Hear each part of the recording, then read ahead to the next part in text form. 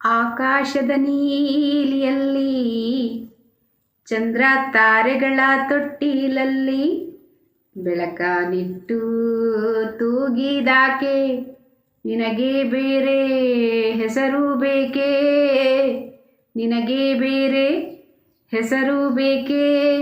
ಸ್ತ್ರೀ ಅಂದರೆ ಅಷ್ಟೇ ಸಾಕೆ, ಸ್ತ್ರೀ ಅಂದರೆ ಅಷ್ಟೇ ಸಾಕೆ. ಈ ಸ್ತ್ರೀ ಅಂದರೆ ಒಂದು ಹೆಣ್ಣು, ಜಗತ್ತಿನ ಅದ್ಭುತವಾದ ಸೃಷ್ಟಿ. ಆದರೆ ಹೆಣ್ಣಿಲ್ಲದೆ ಜಗತ್ತೇ ನಶ್ವರ. ಇವತ್ತು ಹೆಣ್ಮಕ್ಳು ಆಟೋ ರಿಕ್ಷಾ ಓಡಿಸೋದ್ರಿಂದ ಹಿಡಿದು ಅಂತರಿಕ್ಷದವರೆಗೆ ಪಯಣವನ್ನು ಮಾಡಿದ್ದಾರೆ. ಹಾಗೆ ವಿವಿಧ ಕ್ಷೇತ್ರಗಳಲ್ಲಿ ಸಾಧನೆ ಮಾಡಿ ತಾವು ಅಬಲೆಯಲ್ಲ ಸಬಲೆ ಎಂದು ಸಾಬೀತುಪಡಿಸಿದ್ದಾರೆ. ಹಾಗೆ ಒಂದು ಕುಟುಂಬದಲ್ಲಿ ಅವಳ ಪಾತ್ರ ಬಹಳ ಮಹತ್ವವಾದದ್ದು. ಒಂದು ಮನೆ ಹಿರಿ ಮಗಳಾಗಿ ಅವಳು ಹುಟ್ಟಿದರೆ ತನ್ನ ತಮ್ಮ ತಂಗಿ ಮಾಡುವ ತಪ್ಪುಗಳನ್ನು ತಿದ್ದಿ ತೀಡುತ್ತಾ ಎರಡನೇ ತಾಯಿಯಾಗಿ ಆ ಮನೆಯನ್ನು ನಿಭಾಯಿಸ್ತಾಳೆ.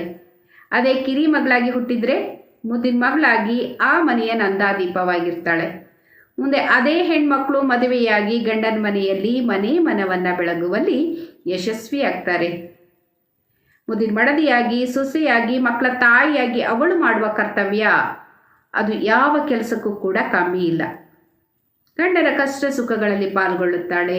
ಮಕ್ಕಳ ಭವಿಷ್ಯವನ್ನು ರೂಪಿಸುವಲ್ಲಿ ಅವಳು ತೆಗೆದುಕೊಳ್ಳುವ ಹೆಜ್ಜೆ ಬಹುಶಃ ಅದು 7 ಜನ್ಮದಲ್ಲಿ ನಾವು ಹುಟ್ಟಿ ಬಂದರೂ ಕೂಡ ಆ ತಾಯಿಯ ಋಣವನ್ನು ತೀರಿಸಲು ಸಾಧ್ಯವೇ ಇಲ್ಲ.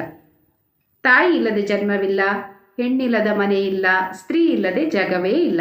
ಒಂದು ಹೆಣ್ಣಿನಿಂದಲೇ ಸೃಷ್ಟಿಯ ಆದಿ ಮತ್ತು ಅಂತ್ಯ.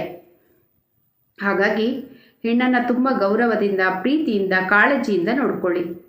ಒಂದು ಕುಟುಂಬದಲ್ಲಿ ಅವಳು ತಾಯಿಯಾಗಿ, ಮಡದಿಯಾಗಿ, ಸಹೋದರಿಯಾಗಿ, ಸ್ನೇಹಿತೆಯಾಗಿ, ಸೊಸೆಯಾಗಿ ಹಲವಾರು ಪಾತ್ರಗಳನ್ನ ನಿಭಾಯಿಸ್ಕೊಂಡು ಬಂದಿದ್ದಾಳೆ. ಎಲ್ಲದಕ್ಕಿಂತ ಹೆಚ್ಚಿನದಾಗಿ ಅವಳು ತ್ಯಾಗಮಯಿ ಜೀವಿ. ತನ್ನ ಕುಟುಂಬದ ಏಳಿಗೆಗೋಸ್ಕರ ತನ್ನ ಸುಖ, ಶಾಂತಿ, ಆಸೆ, ಆಕಾಂಕ್ಷೆ, ಕೆಲವೊಮ್ಮೆ ತನ್ನ ಪ್ರೀತಿಯನ್ನು ಕೂಡ ತ್ಯಾಗ ಮಾಡಿಬಿಡ್ತಾಳೆ. ಈ ತ್ಯಾಗ ಅನ್ನುವಾಗ ಒಂದು ಹಾಡು ನೆನಪಿಗೆ ಬರುತ್ತೆ ನೋಡಿ. ಲೋಕದ ಕಣ್ಣಿಗೆ ರಾಧೆಯು ಕೂಡ ಎಲ್ಲರಂತೆ ಒಂದು ಹೆಣ್ಣು,